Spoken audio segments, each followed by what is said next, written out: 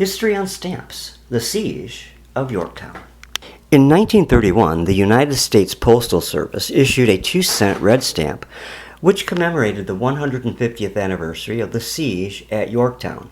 That conflict took place in 1761, and the stamp was actually issued on October 20th, 1931. The stamp was issued first at Wethersfield, Connecticut, which was the home of Silas Deane, who did more than anyone else to enlist the aid of France to support the cause of the American Revolution. The town in Connecticut was also the place where plans for the battle were made, and the plans were conceived by General George Washington, as well as others who took part in the decisive battle. This very attractive stamp is printed in 2 colors, with the background being red and the 3 portraits in black. The images are principal participants of the battle. Of course, as I already said, General George Washington and Jean-Baptiste and Francis Joseph Paul de Grasse. I hope I said that right. The Battle of Yorktown was most assuredly a turning point for the colonists in the American Revolution. This stamp was issued to honor the French contribution in securing our freedom from England. So let us look a little bit deeper into what the Battle of Yorktown really was. Now, I'd like to thank Wikipedia for this background material.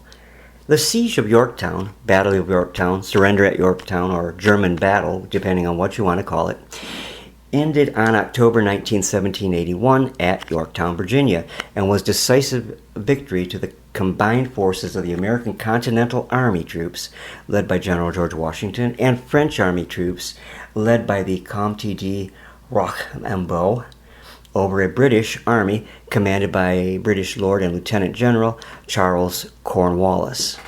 The culmination of the Yorktown campaign, the siege, proved to be the last major land battle in the American Revolutionary War, in the North American theater anyways, as the surrender of Cornwallis and the capture of both him and his army prompted the British government to negotiate an end to the conflict. The battle boosted faltering American morale and revived French enthusiasm for the war, as well as undermining popular support for the conflict in Great Britain. In 1780, 5,500 French soldiers landed in Rhode Island to assist their American allies in operations against British-controlled New York City. Following the arrival of dispatches from France that included the possibility of support from the French West Indies fleet of the Comte de Grasse, Washington and Rochambeau decided to ask de Grasse for assistance either in besieging New York or in military operations against the British Army operating in Virginia. On the advice of Rochambeau, de Grasse informed them of his intent to sail to the Chesapeake Bay, where Cornwallis had taken command of the army.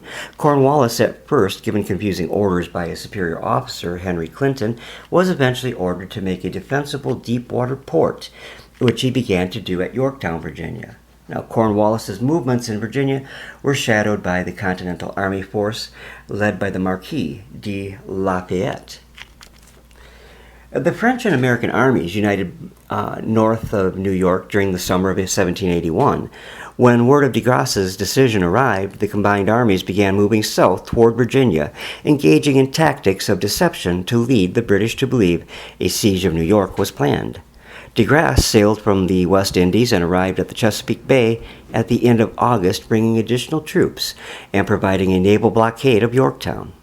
He was transporting 500,000 silver pesos collected from the citizens of Havana, Cuba, to fund supplies for the siege and payroll for the Continental Army. While in Santo Domingo, de Grasse met with Francisco Saavedra de Sangronis, an agent of Carlos III of Spain, and de Grasse had planned to leave several of his warships in Santo Domingo. Saavedra, I think that's how you say it, promised the assistance of the Spanish Navy to protect the French merchant fleet, enabling de Grasse to sail north with all of his warships. In the beginning of September, he defeated a British fleet led by Sir Thomas Graves that came to relieve Cornwallis at the Battle of the Chesapeake. As a result of this victory, de Grasse blocked any escape by sea for Cornwallis, and by late September, Washington and Rochambeau arrived, and the army and naval forces completely surrounded Cornwallis. After initial preparations, the Americans and French built their first parallel and began the bombardment. With the British defense weakened, the bombardment was fairly easy, and Washington on October 14, 1781, sent 2 columns to attack the last major remaining British outer defenses. A French column took Redoubt, and an American column, Redoubt, number 9 and 10. With these defenses taken, the Allies were able to finish their second parallel. With the American artillery closer and more intense than ever, the British situation began to deteriorate rapidly, and Cornwallis asked for capitulation terms on the 17th. And after 2 days of negotiation, the surrender ceremony took place on the 19th. Lord Cornwallis, claiming to be ill, was absent from the ceremony. With the capture of over 7,000 British soldiers, negotiations between the United States and Great Britain began, resulting in the Treaty of Paris in 1783. Yorktown was not the final armed conflict of the Revolutionary War. In the year between it and the signing of the Treaty of Paris, more American patriots died than died in the first year of the Revolution.